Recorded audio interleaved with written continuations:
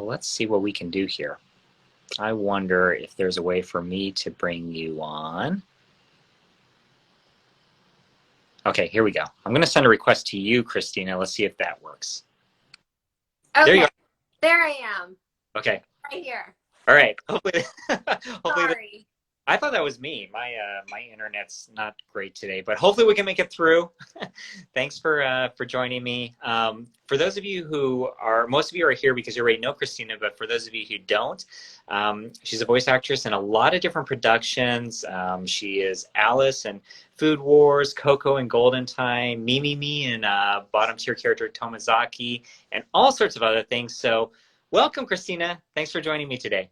Hi, Charles. I'm so happy to see you again. Yeah, absolutely. How are you doing today? I'm doing good. I'm very tired. I just got done with a really long session today and the last 2 days. So we've been working on a couple of new things at Sentai.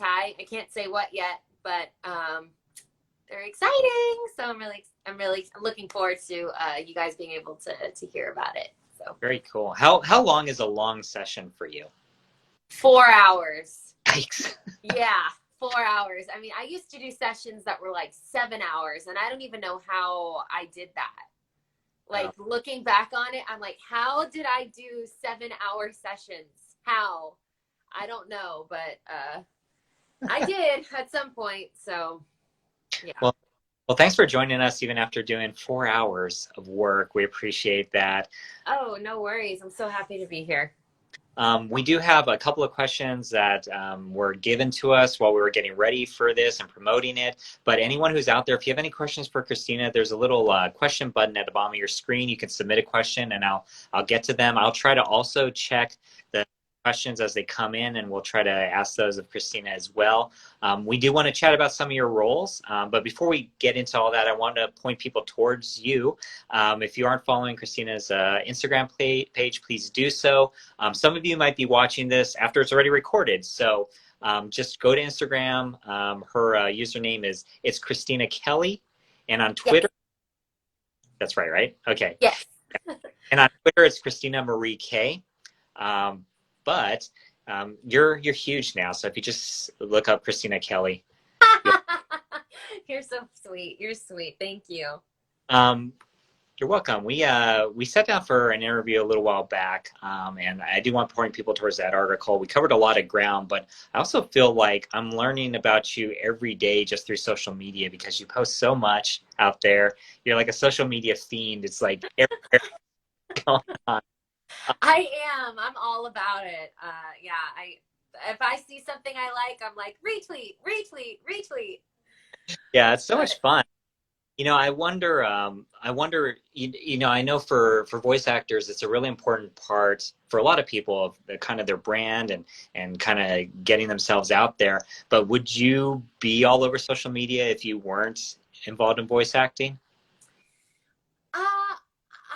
I don't know. I joined Twitter like back when I was in high school and like never touched it. And then got into my Twitter again like 5 years, I think, after I had like opened one up when I started the voiceover and the acting and after I graduated college. But yeah, I honestly don't know. I don't know if I necessarily would have. I think like as sad as it is, I think now when you're an actor, you're in performance, you have to have, a social media platform for people to connect with you and to like look you up and see if you're legit or not.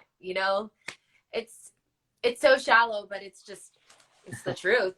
So, Well, it seems like you're enjoying it at least. Say that again? It seems like you enjoy it at least.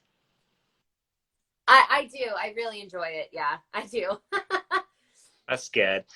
So actually, kind of some of the questions I prepared for you, I just kind of went through your Twitter feed and kind of looked at what you've been tweeting out lately, what you're kind of interested in. So I'll kind of ask some questions actually based on that. We do have, again, some questions that people have asked in advance or are asking now. And I'm going to bring one up on the screen and get us started here. Let's see. You can receive questions. Okay, so I cannot show it on the screen, but I'll go ahead and read it. This is from Jessica Leahy, who, by the way, it's her birthday. So happy birthday, Jessica. Oh, happy birthday, Jessica. And she asked, what is Golden Time about? Because she is thinking about perhaps watching it. Oh, Golden Time is about a girl named Coco Kaga and this boy named Bonri Tada.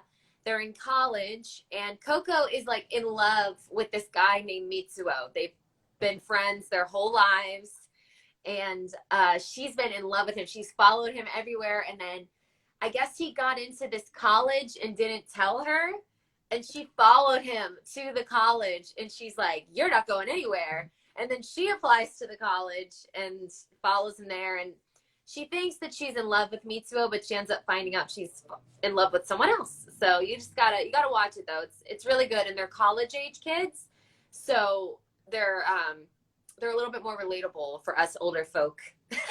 Yeah. But yeah, it's a great show. Yeah, I think that's part of the fun is that they are older, and so you can kind of explore different stories maybe or different kind of angles than you're usually used to in anime. So yeah, definitely check that one out. All right. Okay, so please keep giving us the questions. In the meantime, I'm going to start on some of the questions I have here. Okay, so I noticed you've been posting. We didn't talk about this in our interview. I wish I brought it up, but I've been noticing a lot of Studio Ghibli stuff on your timeline. Are you a fan of Ghibli? Oh yeah, big time. Okay, all right. I'm going to ask you some questions, put you on the spot a little bit. Oh Now, gosh, okay. it's easy stuff like favorite stuff, right? So, what's one Studio Ghibli movie that you would say you really cherish? Oh, I think Princess Mononoke, because it was the first Ghibli movie I think I showed to my fiance Gary, and he had never seen one before, and he really loved it. Like he really enjoyed the movie, and I think it kind of opened his eyes to the whole Ghibli movie world. And we've watched tons of other Ghibli movies since then, but definitely Mononoke is my number one. That's awesome because that's my favorite too. Yeah, it's great. I think that's the one that got me into anime in the first place, really. So yeah, it's an awesome, awesome film. And I was gonna wear a Princess Mononoke shirt today, but for split screen, I was like, no one's gonna be able to see it anyway, so I put on something different. But now I regret it. What's here's another one. What's an underrated or underappreciated film from that studio? Grave of the Fireflies. Grave of the Fireflies, I think, is kind of underappreciated. It's really, but I could maybe see why, because it is really sad, and that World War II was a really traumatic time. So I think that don't watch it. It's not for the faint of heart. I mean, it's a tough one.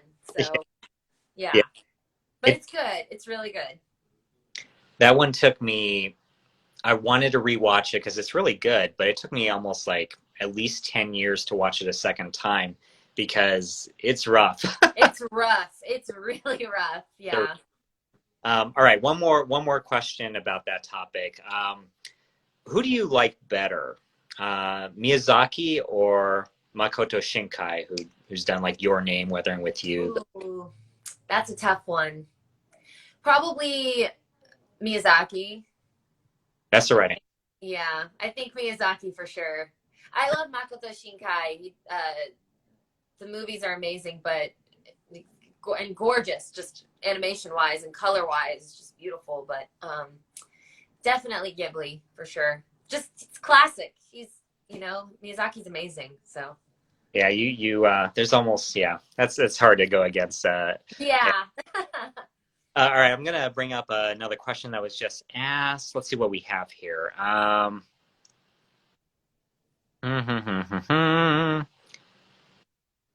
Okay, so Norman X asks, having worked on Bang Dream, have you listened to any of the songs? And if so, do you have a favorite? I'm not gonna lie to you, I haven't. I'm so sorry. I haven't. I barely even get time to watch the shows that I'm in.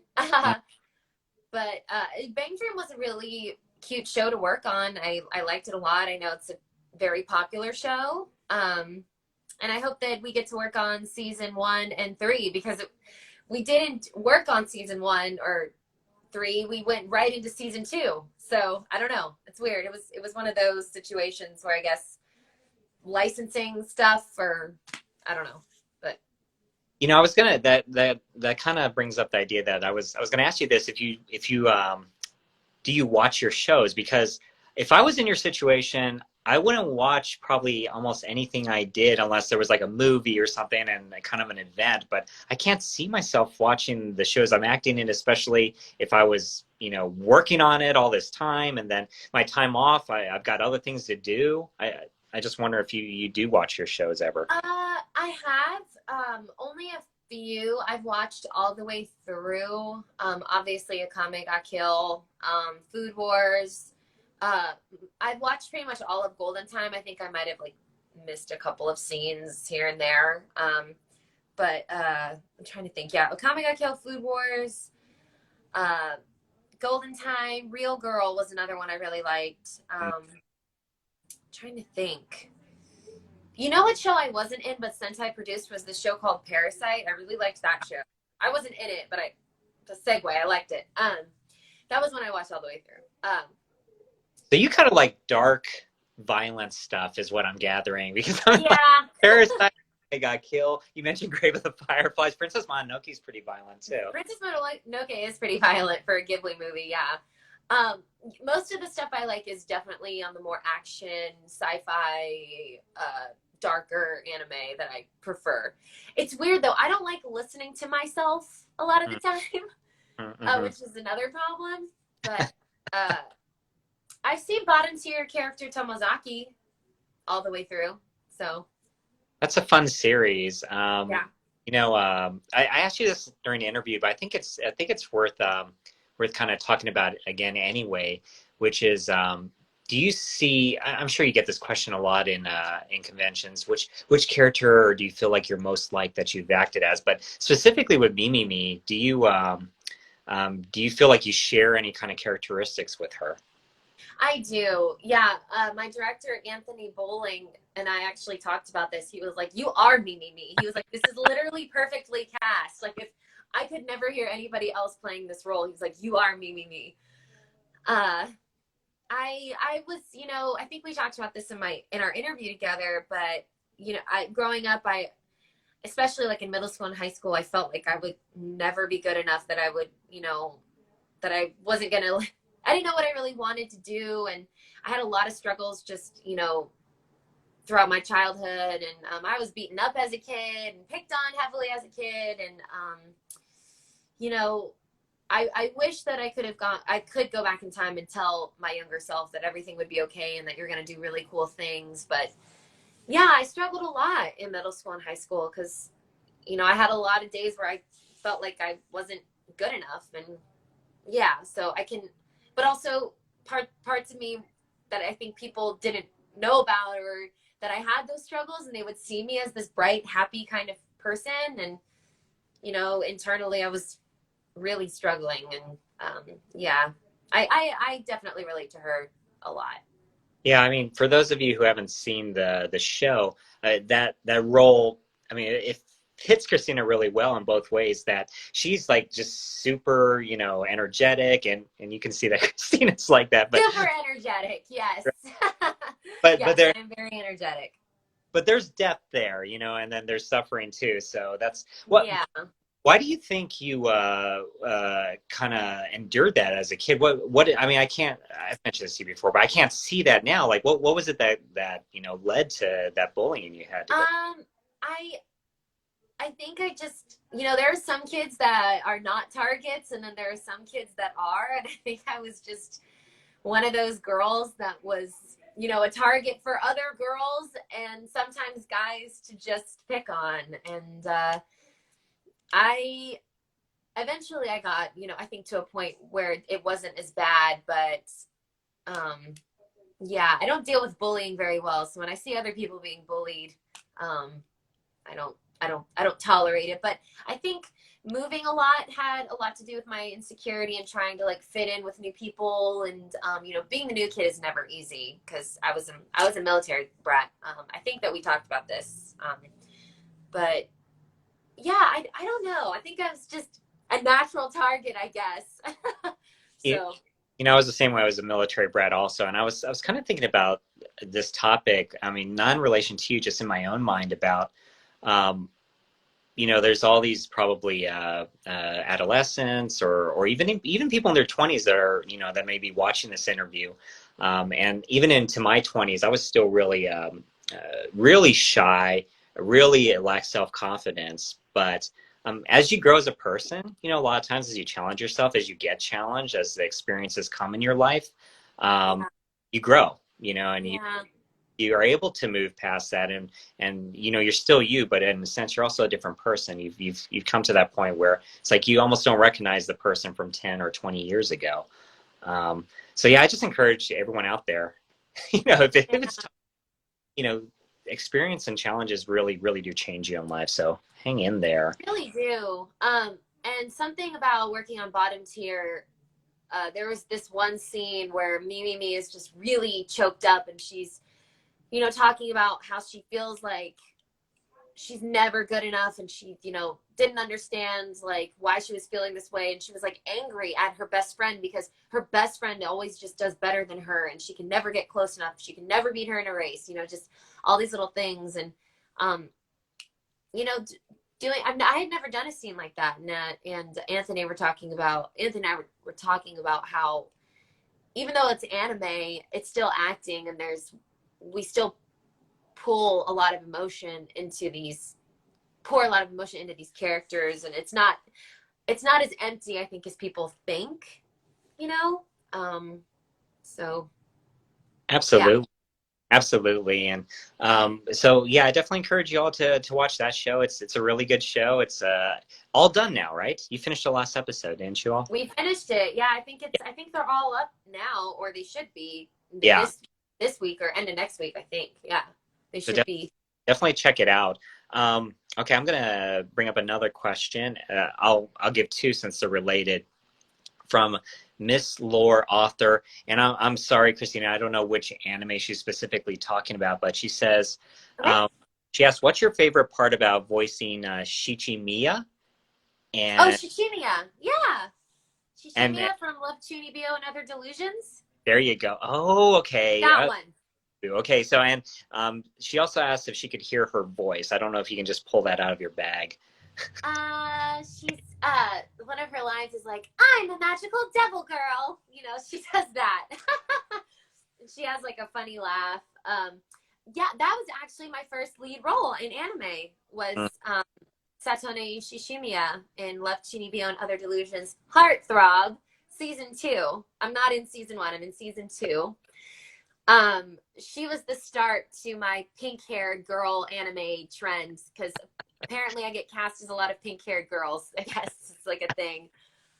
But I loved playing her. She's a really sweet character, has a lot of struggles as well, falls in love with her best friend.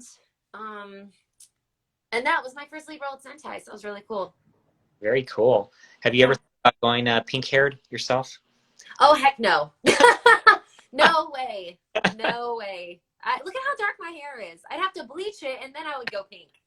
I have no idea about any of this, but Yeah, um, I would have to bleach my hair. My hair um, would never recover. oh, okay. All right. Well, then don't do that. Definitely don't Just do the that. wigs. We'll do wigs. Wigs are easy. There you go, wigs.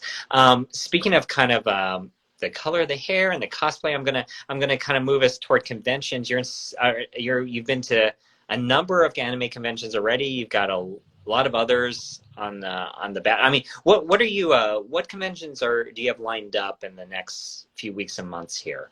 Yeah. I will be at Delta H Con next weekend. Hmm? And I'll be at Anime Houston 3 weeks from, or 3 weeks from, yeah, I can't count. 2 or 3 weeks after that, I'll be at Anime Houston.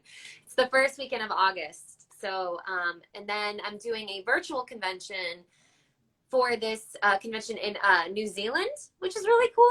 So if they like me, hopefully they'll bring me next year in person. It'd be really cool. I'm a huge Lord of the Rings fan, so that would be awesome. And I will be at NakaCon in September. Okay. So So many. The yeah, definitely if you go to New Zealand, please go visit all the Lord of the Rings stuff, and I'll live vicariously through you. That's ah, that's so cool. Oh, I missed one. I have another anime convention at the end of July too. That one. I have Medessa anime. That one. they've got a lot of really great guests coming to that one. Also, Delta H has a lot of great guests. Yeah. We'll be out there too doing press, so Yay! say hi to Paris, who's going to be going for us, and of course visit with Christina if you're out there. I saw that you went to maybe about a month ago to Black Hills Con. Have you ever Yes. Oda? That's not a place that a lot of people have visited before. No, I had such an amazing time. Black Hills they did a great job. It was their first con. And they were only projected to have like 200 or 300 people, and they had over 1,000 people show up. So I'm really happy for them. Very cool. I saw you went to Mount Rushmore. I did. I got to go to Mount Rushmore. I'm actually wearing my Mount Rushmore shirt that I got. Right. That's one of those monuments that people never get to because it's so far away. So, what are your honest feelings about Mount Rushmore? I want to hear. What did you think of it when you got there? Okay, you know what it reminded me of? You know when you go to Disney World and you think, sorry, Yeah. you know when you go to Disney World Okay. and you think like everything is really big? Yeah. And then like you get up close and it's not that big. You know, it's like an optical illusion. Is that what that means? Right? Optical illusion. Sure. Okay, whatever. Like I was like, it's not that big in person. They make it look so big in all the pictures. It's really not that big. Yeah, it kind of feels like a hill more. Yeah, so I think it's not like a mountain. It's literally like a hill, but it is very cool. And the guys that did it, I mean, who thinks to do that? Yeah. You know, and how much, and especially for that time when it was done, how they created it. You know, they actually wanted to make them full bodied. Right. Right. They wanted to make them full body. They got to like right here, and they were like, "Okay, that's it. We're done." They were like, "That's it. That's it. No more. We're done." So. Yeah. I got to visit a few years ago also, and I went with my family, and everyone else was just like, "Why did we make the drive here?" And I was like, "I like it." Like, yeah. And you're done. But it was awesome. I will say I had a great time. The con was great. The other guests were great, and the staff was amazing. So, highly recommend if you live in that area, go. We have one of the people who asked a question right now. Her name is Green Ruby, and she actually asked a couple questions before, but we kind of covered some of what she already asked. But her question right here, I think, is interesting, which is, which VAs are you closest to, or do you get along with? Oh, that's a great question. So I'm really good friends with John Swayze. I don't know if you know John. He plays All for One in My Hero Academia. He's had a huge career. He plays my grandpa in Food Wars. He plays Bowles in Akame Got Kill he's got the flamethrower. He was in the original Evangelion show, the original dubcast, dubcast, whatever. And I'm good friends with Blake Shepard. He plays Soma Yukihira in Food Wars. I'm good friends with Mike Haimoto. He plays Banri Tada in Golden Time. Super talented guy. Molly Cersei's a good friend of mine. She plays Akame. Gosh, who else am I good friends with? I have a few voiceover friends. I met Elizabeth Maxwell, which was really cool. I know you interviewed her. She's awesome. Yeah. And Jason Liebrecht is a friend of mine. He's super cool. But yeah, I have quite a few friends, but my good friends I definitely think would be John Swayze, Mike Haimoto, Blake Shepard, Molly Cersei. Yeah. I can track Elizabeth down, but I can't get to Jason yet. I'm working on that. So. You should. He's got an Instagram. Yeah. Send a message. The guys, I mean, I'll be honest, like the guys are so much harder to make contact with. Like, they are. I think they definitely are. I don't want to assign roles to everyone, but I feel like the guys are just like social media, whatever. I kind of don't care. Yeah. And a lot of the women VAs embrace it more, so like we definitely do. You're right, Charles. That's 100% true. I'm working on it. He's super cool. If you ever get the chance, interview him. Yeah, absolutely. He is, he's at Delta H Con, right? I think, right? Yes, he is. He's So gonna be there. that's my in. We're trying There to, you go. all right.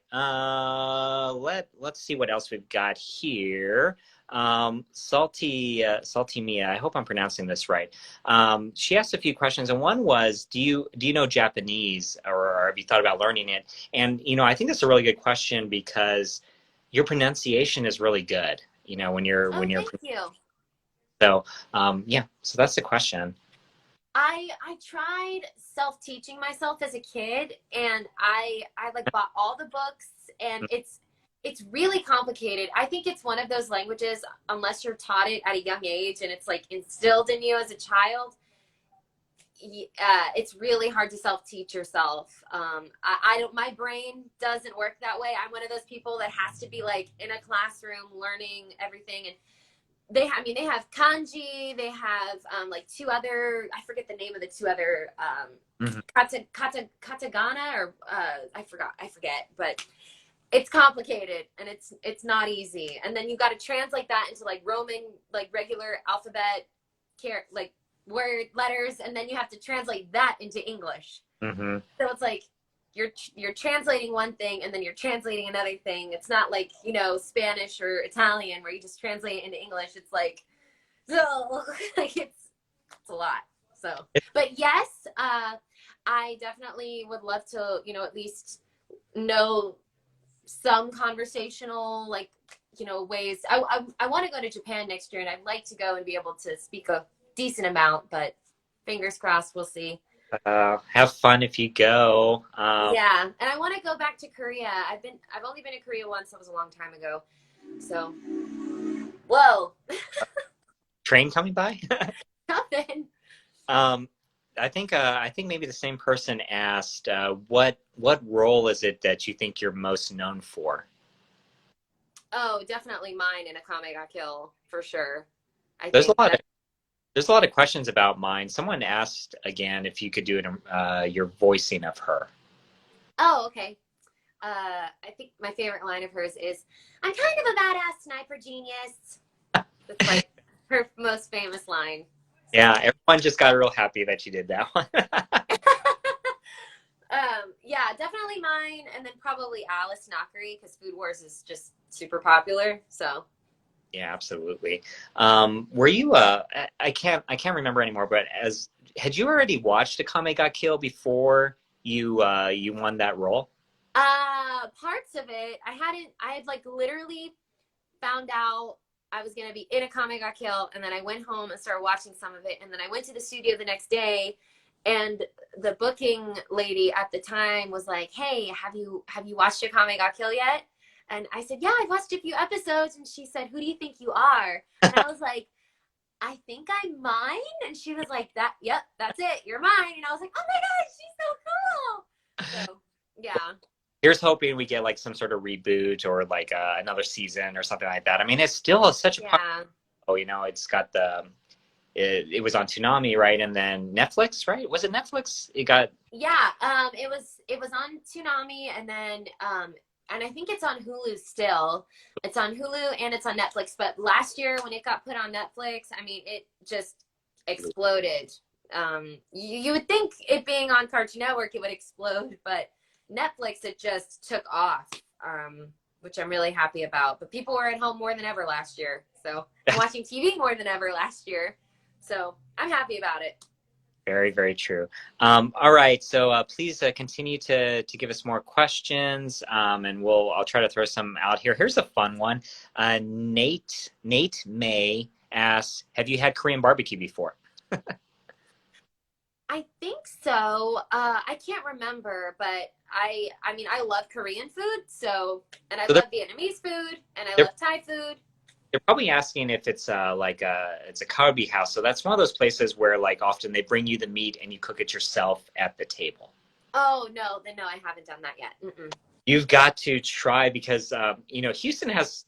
I'm going to be going to Houston in a few more weeks, and we're going to go to one. So Oh, Houston has great places like that. If you get up to Dallas, if you ever have to record up there, They've got really good places. So that, I think that'll be a treat. That's a place for you. And well, if you're here and I'm here, we should go together. I would love to, but yeah, let me know. I'd like to know which ones you recommend because I want to go to a good one. we'll So try to work that out. But like you mentioned, you like Asian food in general, though, right? I love Asian food. Yes, I do. Very good. So yeah, obviously I do. Let's keep asking questions. Does your fiance love to hear your voice impressions? Retro asked. That one's good. Uh, you know, No. sometimes he's like, babe, you were talking so loud. Why are you talking like that? You're not doing anime right now. Why are you talking so loud? And then sometimes he hears me like make these noises, and he just looks at me and he's like,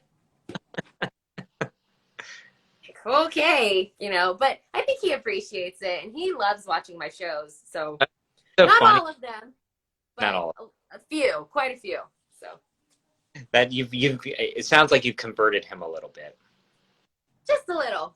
Yeah. Yeah. That's better than nothing. I mean, like anime is still like it's a hard sell. I think young people right now are really growing up with it as being almost mainstream, right? It's right kind of at that point, right? But Oh like yeah. people kind of your age and older, there's still kind of a little bit of a wall. You either liked it or you didn't. So it's nice to see some people who really didn't have that experience open themselves up to it a little bit, Well, because now, I mean, it's so accessible. Right. You know, it's on Netflix, which every kid has Netflix, and it's on Hulu, and it's on Amazon Prime, and there are these streaming services for anime now. You know, we have Funimation and Crunchyroll and High Dive, and so and VRV. It's just never ending, and it's so easy to get your hands on. You know, when we were growing up, it was either Cartoon Network or ordering the DVDs or VHSs, and even those were hard to get a hold of. So. Because only certain places sold them. And they were so expensive and everything. So now it's just kind of part of everything else too. So it was so expensive. It was like $20 or $30 for like a little DVD of Inuyasha episodes, and you only got like 4 of them. Do you remember that? Like you get them at Best Buy, and they were like $20 or $30. I would, I remember I was buying Rurouni Kenshin like DVD by DVD, but I can only buy like one a month, because I was like, I can't spend this much money on 4 episodes, but I was so addicted to it. And then every once in a while you'd get a DVD that only had 3 episodes, and that was the worst. It was like, what are you? That's rough. And sometimes there'd be a on, and you'd be like, I'm in heaven. I got one more extra You're one. like, oh my God, I got like an hour of content here. This is great. Just an hour though. Like all you whip, I don't know how good you have it. So, for real. I want to go back to some of your interests I've been seeing on your timeline, and one that we share, which is Rumiko Takahashi and her works. Yes. And so your favorite is Inuyasha. Absolutely. So, did you read the manga or did you watch the show? Both. I had like almost all of the manga, and then I saw all of the show. I finally watched the entire show all the way through a few years back. I finally sat down and just committed myself from beginning to end. I watched the movies in the right order, which is really helpful. If you haven't seen Inuyasha yet, make sure you watch the movies in the correct order. The internet is, very helpful these days, and it tells you like where to watch the movies. I love that show. That wasn't the first anime I ever watched, but it was definitely the anime that got me really into anime. Like that was it. I had like all the figures of Inuyasha. I had T-shirts. I had little stuffed animals. And I think just the voice acting and the characters, like those actors, they were a great ensemble. Like I can't say that a lot for many anime, but like the cast in that show was so good. Yeah, I think that's also one of the reasons why I just fell in love with it. I mean, they were all so talented, and We're all together, like they're actually acting off of each other right there and then. Yeah, and they're performers. I mean, they all did theater in Canada, and they're all pros. So yeah, I definitely think that was one of my biggest inspirations for anime. I never thought I would be doing anime though. I didn't. I did not think I was going to go into anime when I was watching Inuyasha when I was, 12 or I can't remember how old I was. I was like 11 or 12, I think, whenever I first saw it. So. And now here you are. And now here I am, 30 years old, and I'm a voice actress. I thought I was going to be on Broadway, but I guess this is okay, Well, anime or Broadway? You get to be in Texas. You don't have to pay the high taxes up there. Yep, 100%. Yeah. Yep. I'll take that any day. For sure. We've gotten so many questions now. I might as well just kind of go through some of these. One of my friends here, Muhammad, asks, have you ever done a yandere or a tsundere role? Yeah, my first tsundere role was mine in Akame ga Kill. Yandere is more like intense, right? They're like a scarier kind of young girl. Usually they're like murderous, almost like they're kind of so jealous over, the guy that they like that they're murderous, sometimes physically actually a murderer. I don't know if I've done a yandere. I might have. I don't think so. Not yet anyway. But I'd love to. Those characters are always just kind of like, whoa, but I mostly get cast as the yandere roles or like the sweet like love interest. Yeah. I haven't gotten trusted with the yandere yet. So hopefully someday. Let's see what else we have here. Did you know any French before voicing Claudine? So my mom actually majored in French in college, and she's a flight attendant for Delta Airlines, so she kind of taught me some French as a kid. But I hadn't, touched French in a really long time. But I'm really good at picking up like accents and languages pretty quick as far as like pronunciation. I think that just comes with, traveling around the world as a kid and my mom and reading a lot maybe. I don't know, but yeah, I don't know French, but yes. I was familiar with the language a bit before I touched on or hit Claudine in Review Starlight. You're like the Meryl Streep of voice acting. You can do. Aww. Put that down somewhere on a resume. I'm the Meryl Streep. I am. I'm the Meryl Streep of voice acting. Let's see. Awesome. I had a question on the tip of my tongue. I forgot it. Let's see what else we have. Oh, you know what? Because I think it's right here in front of me. Okay, yeah. So Retro asks, when did you decide that you wanted to voice act? You mentioned that when you were watching Inuyasha, you weren't thinking about that. So when did that transition happen?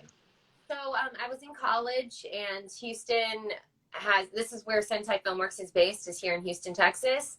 I got to audition for Sentai when I was a senior in college, but it wasn't one of those things at the time when I first started doing it, even though I had gotten cast in Akame ga Kill. I was only working at Sentai for like 4 months when I got cast in Akame ga Kill, which was crazy.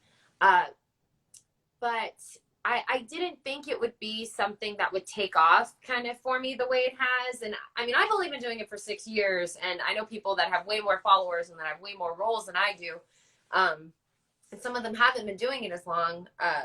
And some of them have, but I didn't think it would be something that would take off for me. And I considered going to grad school at one point because I thought that I needed more acting training. And I actually almost got into like the graduate school of my dreams in California. It was UC Irvine, and they have an amazing MFA program. And I didn't get in. They only take 10, and I was called back to the final audition. And I thought I would have been a good candidate for the program just because of my experience and my resume. And I was a little older. But, I thought that I needed more acting training and that I needed to go to school again to, become a better actress. And I didn't need that. I think what I really needed was to focus more on myself and, find ways to dive into my craft. And I didn't have to go to school to do that. I could take on camera acting classes. I could, you know, I put into the universe when I didn't get into UC Irvine. I was like, okay, I want to get better at voice acting. I want to really jump into that. I think that's something solid I can, you know, work on. And I did. I put it out there, and within like a year or two, I was working all the time. I was working consistently, and I didn't need to go to school to become successful. I did that all on my own, and I created my own grad school. So That's a really great I story. kind of just rambled there. I'm sorry. I just No, went on a huge tangent. no, that's But great because, you know, I think a lot of us are kind of lost without knowing it when we're younger, and we think that there's this path we have to follow, right? Like right. means grad school. You know, it's like, oh, I don't know what I want to do. I'm going to go to grad school, or what have you. But it doesn't always work like that. We need to kind of No. hurt off the path sometimes. You know. Yeah, and I'm so glad I didn't go, because I've had so many amazing opportunities come my way over the last, God, that was like, when did I just grad school? That was like almost 4 years ago now, and so much has happened in the last 3 years since then, and I'm so thankful for it. And you know, with the voice acting, and you know, the on camera, on stage stuff that has also happened since then, and I'm really thankful. And my voiceover career is super fun, and I'm glad I stuck with it. I'm glad I didn't leave. So Yeah. Well, we all are too. I love it. The and you were almost a flight attendant also. I mean, that was I was almost a flight attendant too. I'm telling you, like I had like little things kind of come in my way. I think because I thought like, oh, well, this isn't consistent right now, so I need to be doing something that can bring me more money and more income. But once I really just, you know, focused on myself and just really asked myself, what do I want? Like, what is it that I really want to do with my life? And I really wanted to be I wanted to be an actress for forever. And I asked myself, can I do anything else? Can I literally see myself doing anything else in my life? And I couldn't. And as soon as I put that out there in the universe and was like, I'm going to be successful, I'm going to do this, I'm going to focus on my acting, I'm going to focus on voiceover and auditioning. And I did. And now I'm doing it. So that's my secret. Put it out there. Put it out there and it'll happen. If it's meant to be, it will. But I really believe if there's something you really, truly want in life, you can make that happen for yourself. You're the only one that gets in your way, is what I've learned. So. Yeah. And you know, I think some of us kind of feel like that the idea of there's maybe something mystical or spiritual about it, but then even on a rational way, also, it's if you're good at something and you have a lot of passion for it, you're gonna like push it and push yourself to grow in that field. And you know, you could go down a more lucrative path, right? Sure. But you know, you're going to be successful if you're doing something that you really want to do, you know. I think, you know, so as long as you know, you got to go for it and try your best. So I think that's excellent advice you're giving us. You know, our time's almost coming to a close, so I do Oh want. my gosh, really? Yeah, no, you know, it's Friday. I want you to get some rest anyway. Rest up that voice. We don't want to just Oh, yeah. go eat some Korean barbecue or something. Let's I should. we do have this might be a good question to end on right here. Retro asks, how long do you plan on voice acting for? My best friend is dancing naked right in front of me right now, just so you know. Sorry. Lies. Sorry, that's why I'm laughing. Lies. Blur it all out later if we. I'm at her house right now. Anyway, keep going.